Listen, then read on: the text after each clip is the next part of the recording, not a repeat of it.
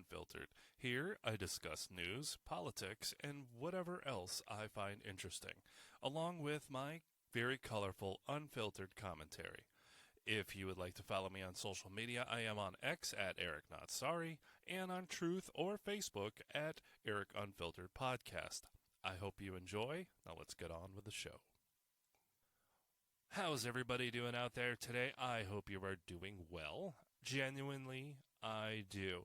As for myself, per usual, I am caffeinated, medicated, and never regulated, so let's freaking go. Ordinarily, I do not care about what month represents what celebration of whatever. I don't care about that stuff. That's all nonsense and just stupid to me. However, May is Mental Health Awareness Month, in case you were not aware.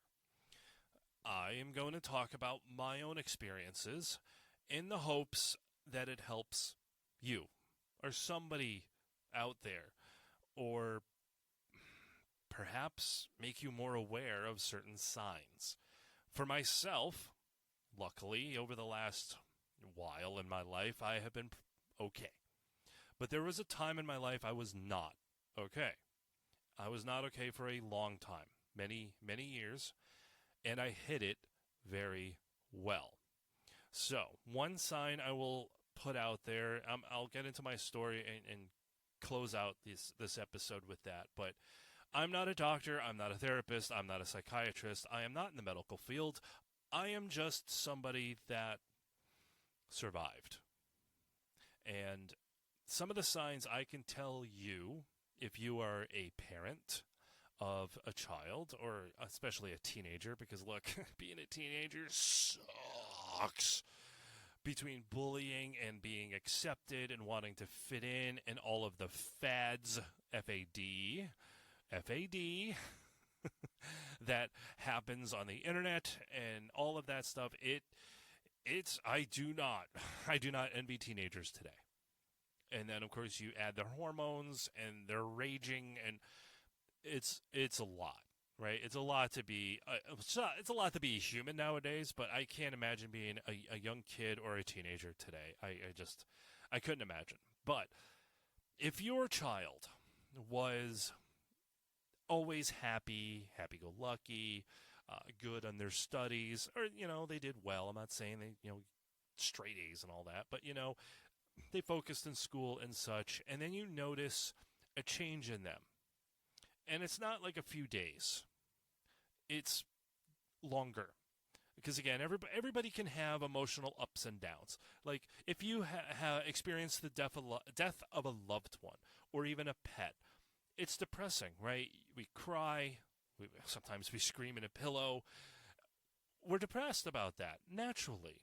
But most of us are able to, over time, sometimes a long time, we're able to pick up the pieces, kind of put it all back together, and learn to move on, for a lack of a better term, because life does go on, unfortunately, right? Well, no, not unfortunately, fortunately. But unfortunately, without those people in our lives, or our loved pets, our beloved pets, of course, it sucks. However, real depression. Now, I'm not talking like off-the-charts mental disorder like schizophrenia or something that requires medication. I mean, sometimes depression does require medication to help. But ultimately, you have to discuss and talk about the root cause. You have to get down to that little nugget, right? And that's not easy for a lot of people. But if you notice a long-term change in personality, you should be concerned. You should. It's no surprise sometimes a teenager is just going to be like, "Go away, Mom," and close their door. Okay, it happens. Okay. And you know your child best. Sometimes you have to pry a little. Sometimes you need to back off. It's a delicate balance. It's a dance. And it sucks if you're the person on the outside looking in. And I don't envy you as well. I envy the people that have never experienced mental health issues. If you have never experienced depression, thoughts of suicide or self-harm, I envy you. And I also understand that you don't understand what depression and those kinds of thoughts are like. And yeah, you're right. You don't. And you never will. Because unless you have stood at the edge of the abyss and looked in as it stared back at you, you won't understand. You genuinely won't. If you are concerned about your child, another loved one, or even yourself, please, please, I am begging you, get help. There are hotlines. There are hotlines in your area. You don't necessarily have to call 911. Of course, if it's an emergency, then yes, please do that. But there are other directories set up just for people in need of help in this regard. Please seek it out. Find a counselor, whether it's a school counselor for your child or what have you. Seek out help. Trust me, they need it. They need it. My parents had no idea what I was dealing with because I hid it well. That's what we do. That's what we all do.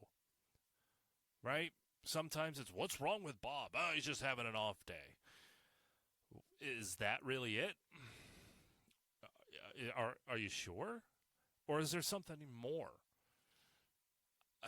You don't know, right? I don't know. But my parents, they didn't know. I mean, think back to when you were a kid. Now, did your parents know that you were sneaking cigarettes? Probably not. Or they may have smelt it on you, maybe thought you did, but they weren't 100% sure because you hid it. Did you have a Skin magazine when you were a child? Did you hide that from your? Yes, many of us boys. Yes, we did. Until our parents found it and we got in trouble. But as a child, when we were young, when I was young, all of you hid stuff from your parents. That's just what we do. And you get damn good at it sometimes, right? Now, I know not all of us hid stuff from our parents. Okay. But many of us did. And I'm definitely one of them. I hid my depression. I hid my feelings. I hid my rage, my hatred, all the darkness that was inside me. I hid it for years. 5 to 6 years, I dealt with it. The age of 14 to 19 or 20, somewhere in that range. Yeah, it was a nightmare, and I do not recommend it for anyone. So if you have experienced it, or you're currently experiencing it, I know what it's like. And I'm sorry you're going through it, and I'm sorry you have dealt with it in the past.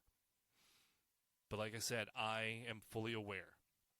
So, quickly, kind of, back when I was a teenager, through my youth, I was bullied pretty ruthlessly.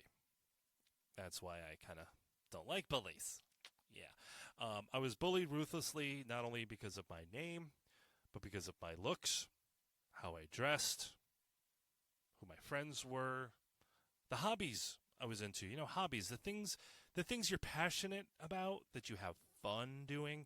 Yeah, I was bullied and ridiculed daily over that. Now, kids today, they don't have the reprieve that myself and my other bullied friends had. See, when I was a child, there was no internet, there was no cell phones. So when we got home from school, we got off the bus, we had a reprieve from the bullying. On the weekends, we had a reprieve. And during breaks, especially the long summer break, we had a reprieve from bullying. Kids nowadays, no. With social media and texting and being able to be instantly connected to someone, there is no escape. In fact, it's only gotten worse because people now will take photos and videos and they will make memes and yeah, it's all not good. Which brings me to check in on your kids, check their phones, check their text messages. It's not an invasion of privacy. You are their parent. Okay? You are doing it for them. Yes, actually, you are. Check in on your kids, talk to them. So, back in the day, on top of being bullied every day, hating life, literally getting cramps in my stomach every morning when I would go to the bus stop. Cramps that would not stop until I got home. Nausea. Christ, I wouldn't be surprised if I had an ulcer at 15. I wouldn't be surprised. But throughout that time, there was a big change in life. And, I was developing into a young man.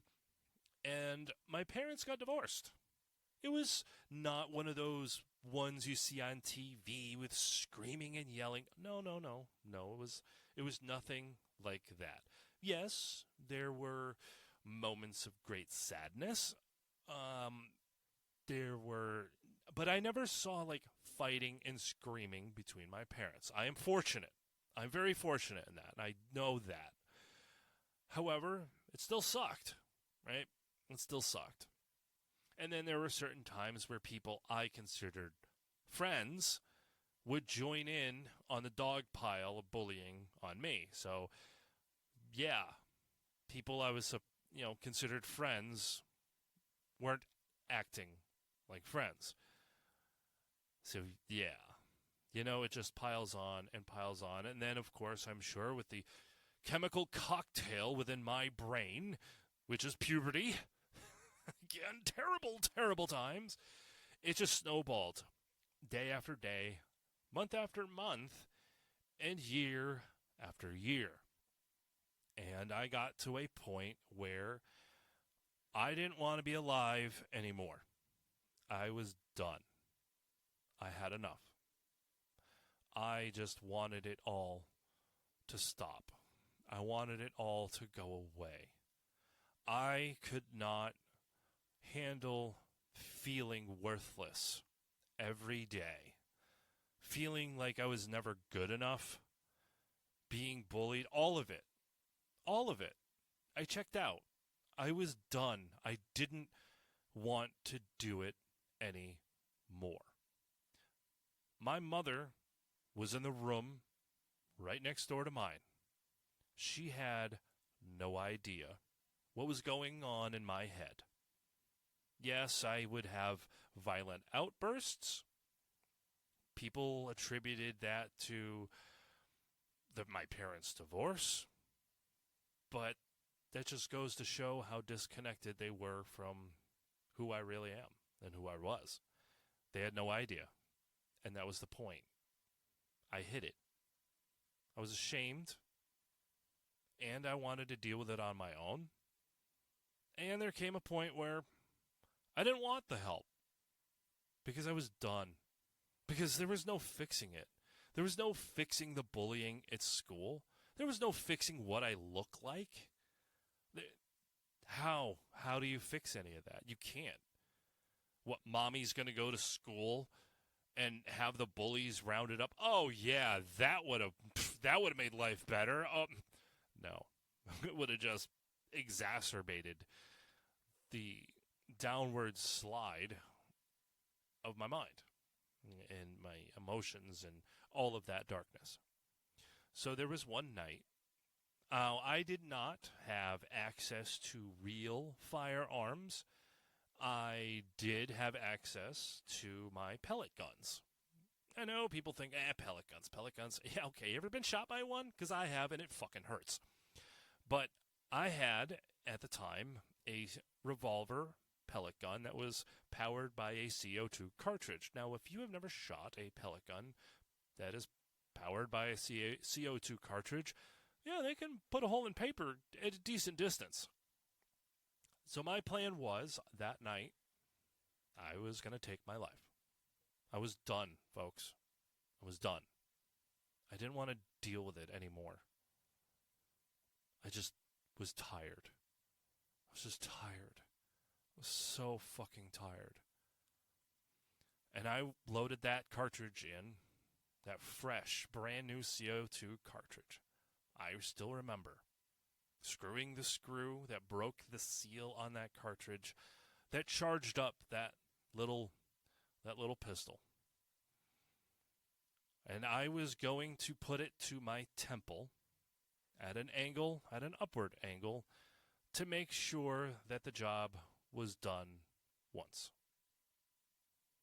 Luckily, my phone rang. I had a separate phone line in my bedroom that I paid for. My phone rang and I answered it. I hesitated. I did. I hesitated to answer that phone. Because my first thought was, what the fuck now? Who's bothering me? I'm busy. But I answered the phone. And it was a friend of mine. Ironically, I am no longer friends with this individual. Some say that people come in and out of our lives at times for reasons we don't know. Well, this person is definitely the definition of that. This person called just to say hi. What's up? How you doing? What's going on? That was it. And I must not have sounded quite like myself, because my friend was like, I still remember the tone in her voice. And she was like, okay, well, clearly you're preoccupied. I guess I'll let you go. And I said to her, please don't. She stayed on the phone with me for 2.5 hours. And we talked about nothing of importance. Not what I was about to do, what I was feeling. Nothing. We talked about school and classes, what we were gonna do that summer, what kind of fun things that we wanted to do. We just talked about nonsense. She saved my fucking life. After I hung up the phone with her, because I was tired, I had to go to bed, I removed that cartridge. I unloaded the pellets out of that gun.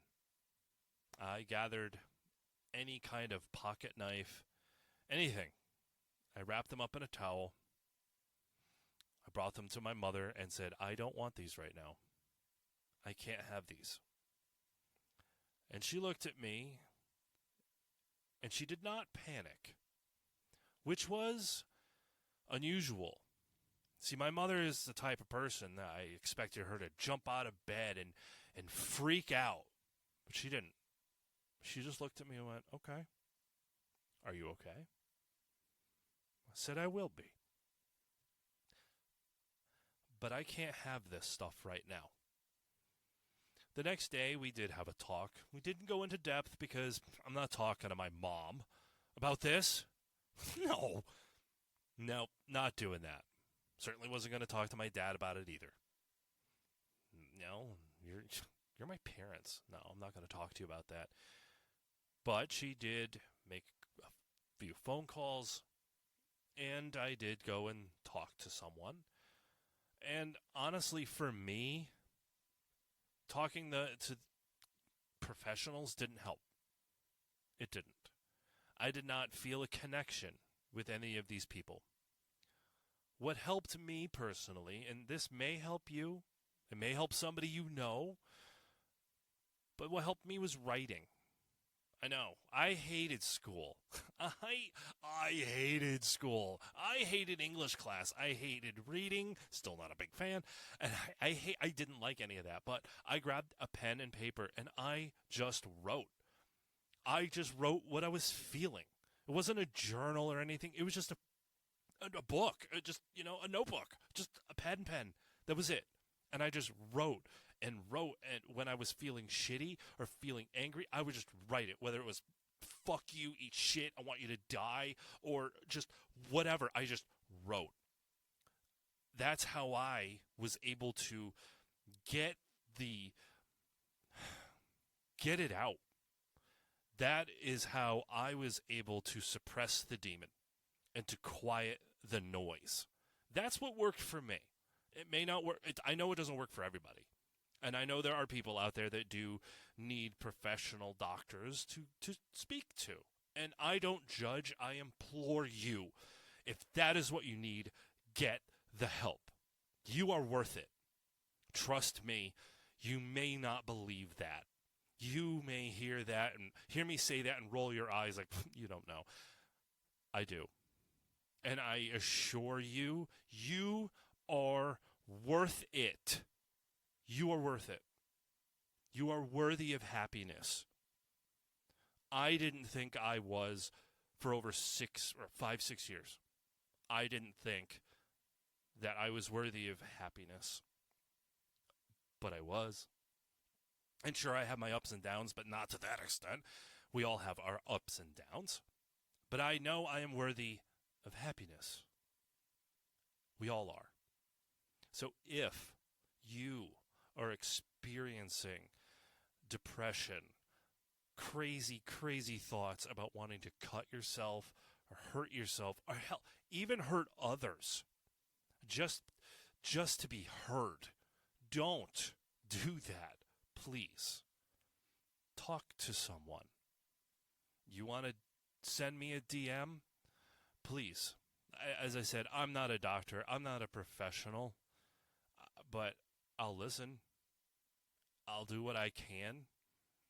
But I would still tell you, even in those back and forth messages, to contact someone local. And if you didn't know what place to call, I would look it up. I'll look it up for you, and I will give you the information. But it's out there. Just do a search. You are worth it. You are worthy of happiness. You are worthy of getting out of the dark room where the walls are closing in. Maybe you need to be helped 24/7 in a facility for a short time. I know it sounds scary and terrifying. I know. The thought of that, I know. I have a dear friend of mine that had to do that. I had a few friends, in fact. There must have been something in the water. I don't know.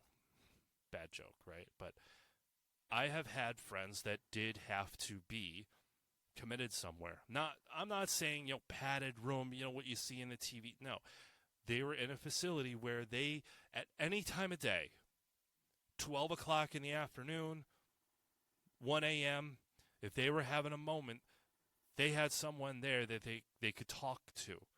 Not just somebody that was going to shove a pill down their throat, but someone they could sit quietly and talk about what they were experiencing in that moment. If that is something you need, then don't fight it. Don't fight it. Well, how do I afford it? I don't know. I can't help you with that either. But I am sure there is something set up where you live in your locale that can help.